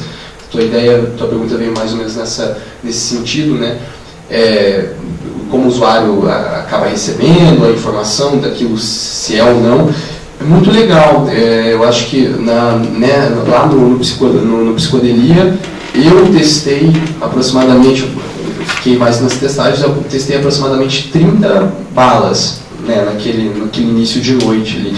Importante falar também, no início de noite, chegou mais ou menos uma meia-noite, 11 horas, as testagens rolaram até as 3, 4 horas da manhã. Depois, não mais. Porque as pessoas estavam muito loucas, elas não vão lá procurar o lugar para testar. Então, é importante que as coisas aconteçam no início da festa, para que as pessoas aí saibam durante toda a festa o que né, vai estar sendo feito.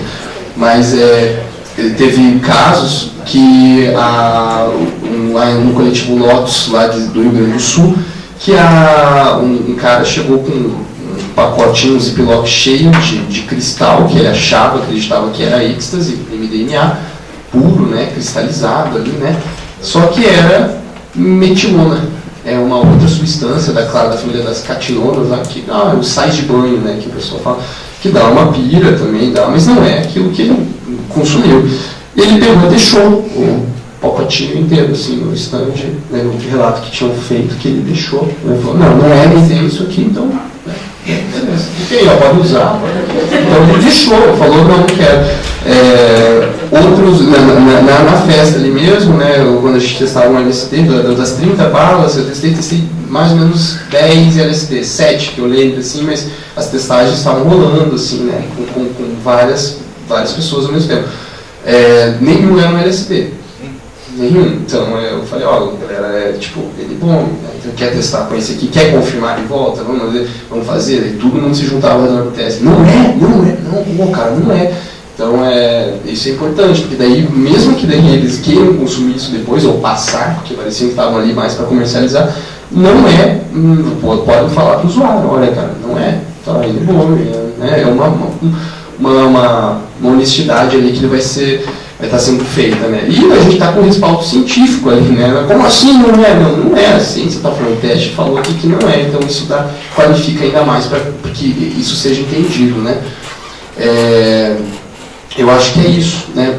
Agora, falando um pouco sobre o mito da pena e o controle dos hábitos, né? Isso é demais. Eu acho que é um grande erro, sabe, Daniel, que a gente acredita ainda que, né, a política de drogas, a lei de drogas não tutela a saúde pública. Seria para tutelar a saúde pública, né? Mas a saúde pública não é o somatório das saúdes individuais. Eu não vou chegar ali para o indivíduo, não é evitando que esse indivíduo use, não é prevenindo que o outro use o outro, que eu vou estar cuidando da saúde pública. Né? A saúde pública é o bom funcionamento do Estado, das instituições, da saúde, da educação, de tudo, né? Não o somatório. E, a mais que isso que a Gilberto Quisseraldi fala, né, que as drogas elas não são uma doença infecciosa para que a gente prevenir, para que a gente vá prevenir. Elas existem, elas são um fato. Elas estão aí, a melhor maneira é que a gente conheça e saiba lidar com elas, e não evitar de conviver com elas, né? Isso é uma grande questão, eu acho, mas jogando para o Feides aí também, né? A questão do Daniel aí, dois advogados aí, qualquer nó hoje, na verdade, um nó da política de drogas que é a lei dos crimes hediondos, que aí a gente tem os caras presos provisoriamente ali, porque é um crime hediondo, então não vai ter habeas-corpus, não vai ter nada. Acho que esse é o grande, e a quantificação do artigo 28, não existe nenhuma referência em relação à quantidade de substância que classifica usuário e traficante, então fica à mercê do usuário, do estigma que o legislador vai fazer, que o juiz a pena que o juiz vai dar, etc. É isso aí. Tem mais uma pergunta aqui de como vai ser a atuação no bloco. Enquanto isso, vocês já vão pensando em outras perguntas. Tem sobre isso também? Não. Então, assim, a atuação no bloco vai ser com uma distribuição de folders que a gente circulou aí para vocês, água e preservativos, né? Pegando um tanto do que as abordagens de redução de danos podem fazer num ambiente de festa que vai estar se locomovendo. Então, a gente vai junto no fluxo e, junto com esse fluxo, vai trabalhando essas questões. Retomando a situação de gênero, César, eu acho absolutamente importante, porque, assim, quando a gente se debruça um pouco mais, você sabe, por exemplo, que as mulheres são mais, a princípio, sensíveis ao álcool do que os homens, em função do metabolismo feminino.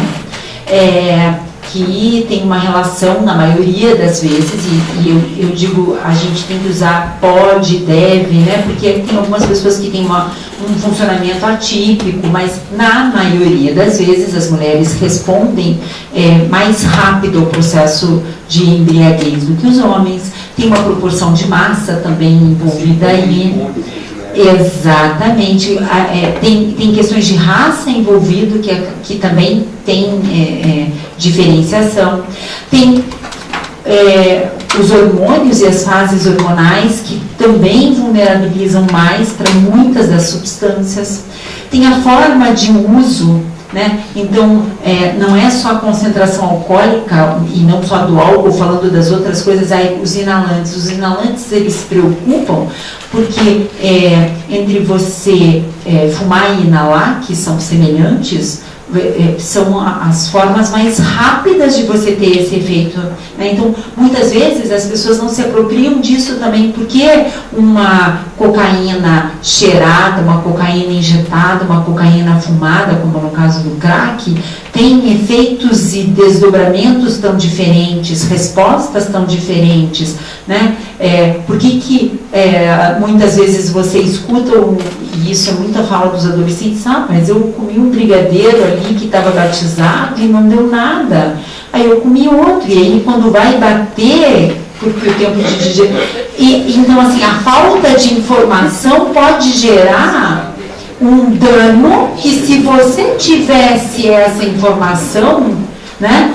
Então, Então, voltando lá, porque eu sou da velha guarda, a gente dizia, né, se você vai usar, não injete. Mas se você for injetar, não compartilhe. Fracione a dose, cuide das suas áreas de injeção. A gente ia dando alternativa para alternativa da alternativa da alternativa, mas sempre baseado no que o estudo, a ciência nos mostram, né? Então, a questão de gênero, além de ter a exposição, que eu vou falar dos preservativos femininos, que nós também vamos estar disponibilizando, e quando o Ministério da Saúde trouxe o preservativo feminino, eu já não vou lembrar exatamente a data, mas eu fiz parte do grupo de pesquisa, pesquisamos aí, foram muito surpreendentes os resultados, ruins na surpresa, porque quando a gente fez as análises qualitativas, apareceram relatos como, é bom, quando o preservativo feminino me trouxe uma vantagem, porque assim, eu sei que ele bebe, ele chega em casa, ele vai querer sexo, e aí eu estou protegida. E veja, esse parceiro não percebeu que essa pessoa estava usando um preservativo feminino. Se vocês ainda não viram, a gente pode trazer aí um da nossa amostragem.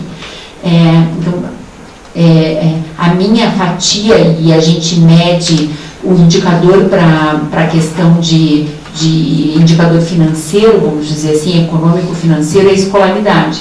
O meu recorte foi universitárias, e universitárias da área da saúde, e eu tive respostas desse naipe, né? Então, assim, eu uso da mesma forma como muitas vezes algumas das pesquisadas, e foram respostas de São Paulo em especial, que apareceu um N maior, de, antes de ir para a festa eu coloco o preservativo e aí eu fico tranquila.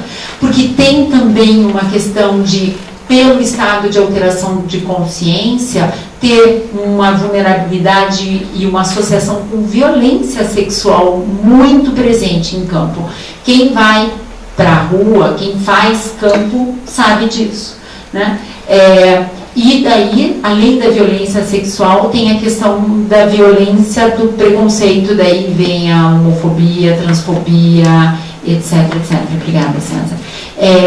Então, sim, é um recorte muito importante da gente abordar, tanto na questão dos efeitos, né? Então, assim, se eu estou na balada com o James, ele pode ser magrinho como ele é, mas assim, a princípio a resistência dele, né, porque eu estou pensando que a gente tem mais ou menos a mesma altura e mesmo peso, mas eu tenho uma fisiologia diferente da dele. Óbvio que cada um de nós tem a sua própria, suas próprias características, mas essa questão é muito forte. E aí, adolescência com hormônio bombando, grávidas, menopausa, enfim, todos os ciclos que de alguma forma, né, pessoas em processo transexualizador, usando hormônio, tudo isso traz efeitos diferentes. Daniel, eu definitivamente tenho uma grande amiga que eu espero que esteja conosco no Encontro Paranaense de Psicologia em agosto, que chama Adriana Rossi. Para quem não conhece, é uma italiana especialista em tráfico, né? Inclusive questionando a história de narcotráfico, né? O Brasil de narco trafica muito pouco, mas enfim, eu sempre me surpreendo quando eu tenho notícias dela, porque ela continua viva. Eu acho que em 89 ou 87, a Adriana publicou um livro sobre o narcotráfico na região amazônica, eu tenho esse livro, e ela já acusava o HSBC de lavagem de dinheiro nessa época. Não sei se vocês sabem, mas eles caíram há uns anos atrás e pagaram uma multa e ninguém quase nem ficou sabendo. Então, por trás do mercado muito rentável do proibicionismo, vindo da guerra às drogas, tem todo o mercado de armas e todos os interesses políticos das pessoas e grandes instituições que realmente sustentam e ganham muito lucro. Então, eu continuo dizendo, a redução de danos veio por uma questão econômica, né? As pessoas estavam morrendo e essas pessoas que estavam morrendo impactavam economicamente na mão de obra do país. Ainda não se dimensiona o furo econômico de tantos encarceramentos, porque são os pobres, são os negros, são as mulheres, e quem ganha não está nessa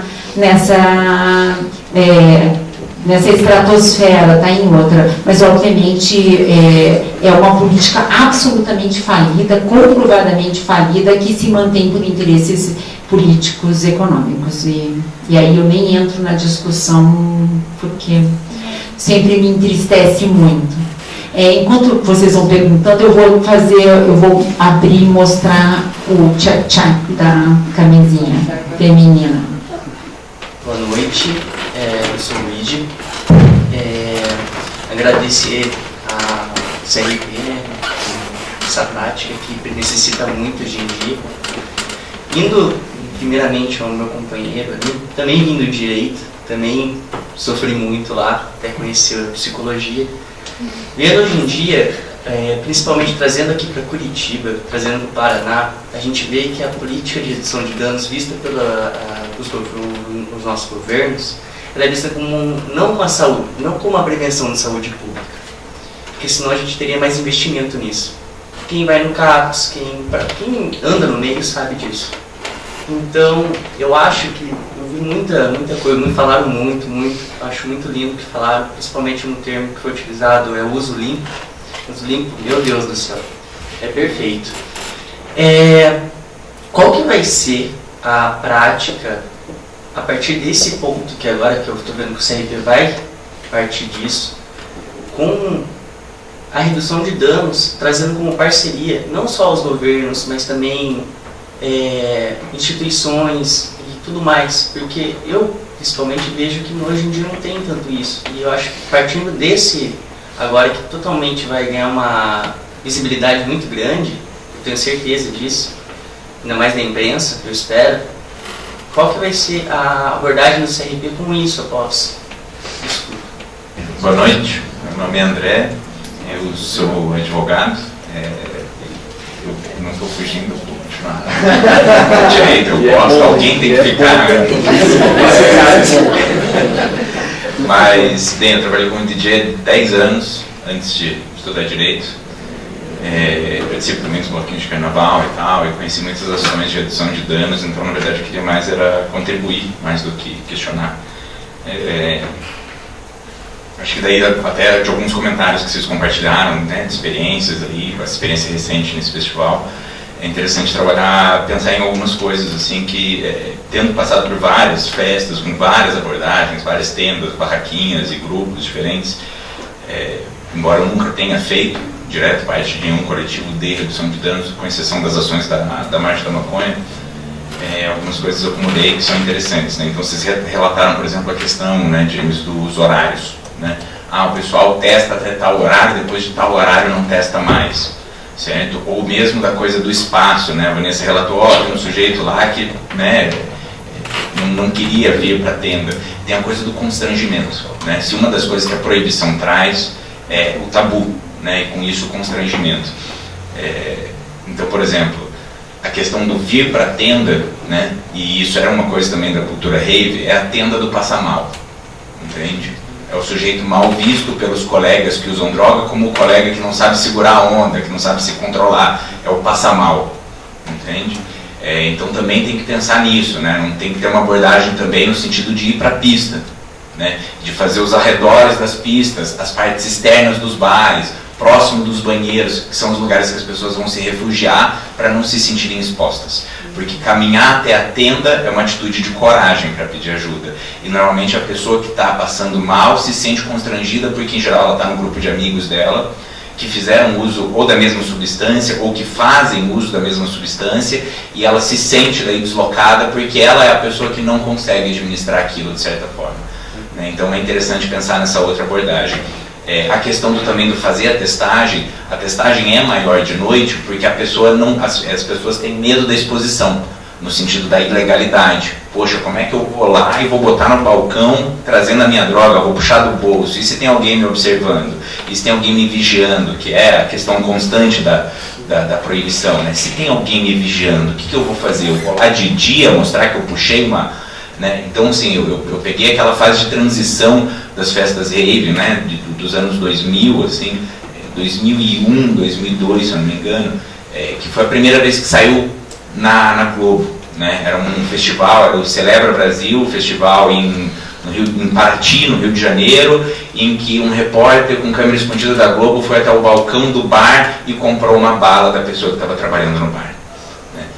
E daí aquilo ali, até então, era de fato o paraíso da honestidade, né, da tranquilidade. Todo mundo falava sobre drogas, todo mundo tratava as questões abertamente, colocava no chão, ia, sabe, colocava um paninho no chão, colocava, fazia troca, conversava sobre. A partir daquele festival, assim, a coisa mudou. Por quê? Porque explodiu no Brasil inteiro aquilo, as pessoas que falavam para suas famílias que iam para esse tipo de festa passaram a negar, passaram a ter outros problemas, né? Então aquilo trouxe o tabu para dentro da festa.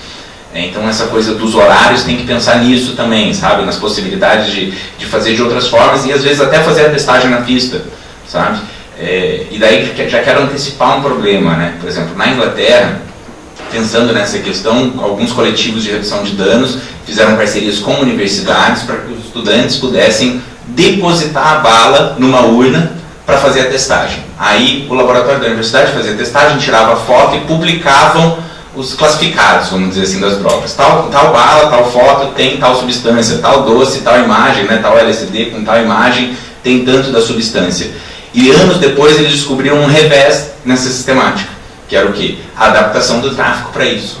Então, por exemplo, o sujeito tinha lá, saiu publicado que a Sorriso amarela, né, a Smile amarela, tinha tanto de MDMA, todo mundo que fabricava outras balas passava a fazer aquela feição externa, né, para poder pegar aquele público, porque o público ia atrás. Então isso era uma questão assim que eu também não sei a resposta, só estou antecipando algo assim que nos fóruns, né, de música eletrônica a gente via isso lá também no começo dos anos 2000. Tô velho. Então é algo interessante para se pensar quais são essas estratégias, que eu também não tenho essa resposta para isso, né? Mas eles publicavam guias, né? Na Inglaterra isso se tornou muito comum, publicar guia. Uma coisa muito interessante da advocacy que se poderia se fazer em termos de redução de danos no Brasil e que na Europa explodiu e funciona muito bem, que é o fornecimento de água gratuita, né? Que eu quando estive lá fiquei impressionado com isso, né? De chegar no bar e pedir água e a pessoa botou o copo na torneira e me deu água, né? E eu, como assim, né? Não tem que pagar? Daí, não, aqui tem lei, né? Aqui não pode, tem que ter água gratuita. Né? Olha a loucura, tem que ter água gratuita, e daí lá, claro, tem uma questão muito interessante que é o que? A bebida alcoólica é muito mais cara do que o êxtase. Né? Então o consumo, principalmente entre os adolescentes e os mais jovens, os adultos mais jovens, é de priorizar o consumo do êxtase por questão econômica. Né? Então consumir um comprimido de êxtase era metade de uma cerveja, né? Uma dose de vodka, uma dose de uísque dentro do bar era 5 êxtases, né? Então era isso, entrava, eles tiveram que fazer uma política de redução de danos, de fornecimento de água para que as pessoas não morressem de desidratação. E aqui no Brasil a gente teve uma experiência reversa, né? Só para compartilhar também um pouco de história, né? A gente teve a primeira morte relacionada, pelo menos na mídia, né, com êxtase, foi uma morte de uma jovem no Rio Grande do Sul que morreu de hipotermia de tanto beber água, né? Não só de hipotermia, mas também eu não lembro agora o que é, né? Mas ela consumiu água demais por conta da divulgação na mídia, né? A mídia fazendo uma coisa muito também polemizadora com o consumo de êxtase e as jovens que morreriam de desidratação na Europa e tal, e essa pessoa entrou numa paranoia sem uma informação mais honesta e consumiu água demais e morreu disso, né?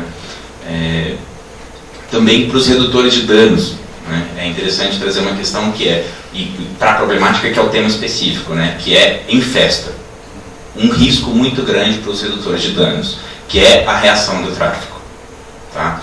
Veja, a testagem in loco no contexto de festa pode ser muito perigoso para os redutores de danos.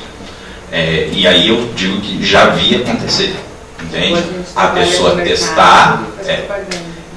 Então, a contra-propaganda que é o risco, né? É o quê? É o sujeito que compra, vem, testa, descobre que não era LSD e vai tirar satisfação com a pessoa com quem vendeu, e a pessoa que quem vendeu vem destruir, que foi a cena que eu vi, vem destruir a barraca de testagem. Entende? Vem violentar as pessoas que testaram. Por quê? Porque influiu no negócio dela. negativamente.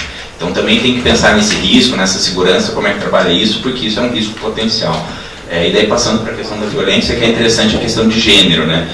Também na Europa eu presenciei bastante isso em festivais, né? Que tinha recomendação específica para mulheres, que era o quê?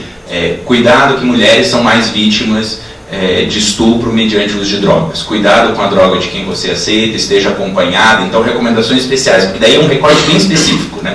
Quem é a vítima de estupro mediante induzimento, né, de perda do senso por uso de drogas, que é a pessoa que é o rape drugs, né, a expressão em inglês, né, que é o público feminino. Então é bem importante ter essa chamada de atenção especial para o público feminino, pensando na coisa do estupro, né, nesse tipo de abuso, né. E daí também, claro, no recorte de classe tem a coisa do Boa Noite Cinderela, no sentido também do furto, né, do se apropriar dos bens da pessoa, entre outras coisas. Tinha mais um ponto que era vingar, acho que muito bom de... e uma coisa importante, lembrei. Na questão também de redução de danos, que é interessante trabalhar, né? E que pelo menos isso hoje é bastante ativo no movimento para a legalização da maconha, né?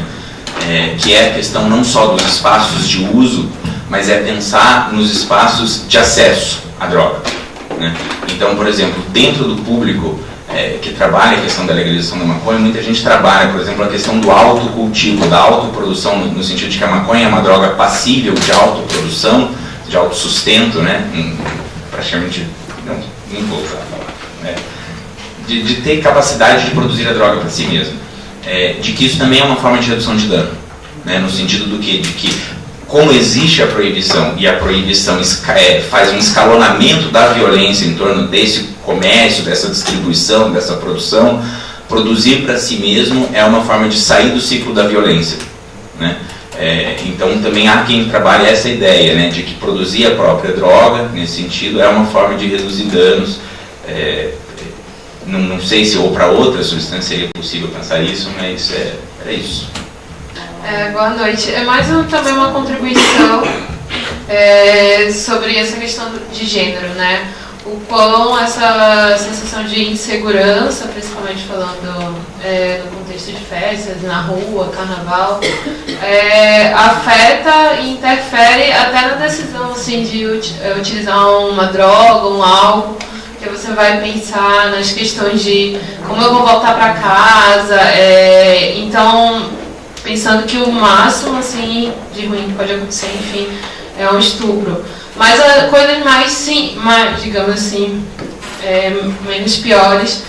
E é mais essa contribuição e também é uma questão, acho que pra gente pensar e debater o quanto isso influencia na decisão, assim, tipo, eu, por exemplo, se eu vou utilizar alguma coisa, o bebê, às vezes eu já deixei de utilizar porque eu me conheço. E eu sei que quando eu for, enfim, beber ou fumar, eu vou querer estar me sentindo plenamente segura e bem naquele local.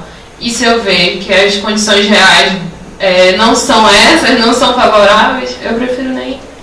Então acho que é uma questão que, infelizmente, os homens não passam, tipo, enfim, mais acontece com o público feminino também, enfim. Quer falar um pouquinho do gênero? Eu acho que talvez a nossa abordagem não tenha que ser com a mulher, né? Porque eu já estou cansada de saber que eu posso ser abusada de James Ford, mas eu estou cansada já, né? E talvez, acho que as mulheres aqui também estão cansadas. Então, talvez fazer uma coisa que todo mundo já está batido, mas a gente tem que explicar de novo para os homens que não é assim, que não pode ser. Falando forma de dane-se o que eu usei, dane-se o que, enfim, não, né? E, porque se a gente fizer, talvez, toda uma propaganda, estamos na junção, eu já estou juntando o Repense com Luz Azul, o Repense com Luz Azul e ir para os bloquinhos do ano que vem, e a gente tiver no nosso panfleto dizendo do tipo, ou enfim, na fala, mulheres, né, isso pode acontecer, eu não sei se talvez seja o caminho como a gente colocou do CRP, que acho que a gente colocou uma frase só do tipo, olha, tipo, Tipo, mais para homens do que talvez para mulheres. Enfim, só concordar. Eu queria só colocar um detalhe a mais, porque eu acho que é isso, eu acho que esse debate de gênero, eu acho que, enfim, sobretudo pega com relação às mulheres, mas, enfim, tenho vivido, tanto por ser gay quanto por ser psicólogo e tenho uma aproximação com a política de redução de danos, também a dimensão dos impactos da homofobia no consumo de drogas. Eu acho que isso é importante dizer, porque não são só... É óbvio que não é possível comparar, ou ranquear, ou hierarquizar, enfim, né? Eu acho que, de fato, mulheres realmente sofrem muito mais essas condições de vulnerabilidade, mas também homens gays sofrem muito, assim. Então, assim, uma prática que era, por exemplo, do Boa Noite Cinderela, que era quase que sempre, né, utilizada por mulheres, hoje, de um ano especialmente para cá, tem aumentado muito o nível de a quantidade de pessoas gays, de homens gays que caem nesse golpe, enfim, né, nessa prática. E aí tem aumentado muito a quantidade, inclusive, de violência sexual contra esses homens. Nós gays, enfim, a gente está acostumado, né, por uma política de sociabilização muito guetificada por conta da homofobia. Tem homens, enfim, aplicando golpes contra homens gays, se utilizando dessa vulnerabilidade e tal. E aí acho que uma dimensão que a gente não fala muito é sobre a subnotificação desses casos, porque homens gays, enfim, mulheres também, mas enfim, falando a partir da minha vivência, enfim, tem muita dificuldade de entrar em contato com a polícia, enfim, para dizer que sofreram algum tipo de golpe ou que sofreram algum tipo de violência sexual. Isso é uma dimensão que não pode ser desconsiderada, sobretudo nesse último ano, assim, que essas situações estão acontecendo de forma muito absurda, assim, a quantidade de caras que estão sofrendo esse tipo de golpe, assim. Então também essa dimensão é importante de ser levada em consideração. E aí, trazendo o debate para a psicologia, porque nós, psicólogos, também não podemos recair na linha de atuação que é de culpabilização da vítima, né?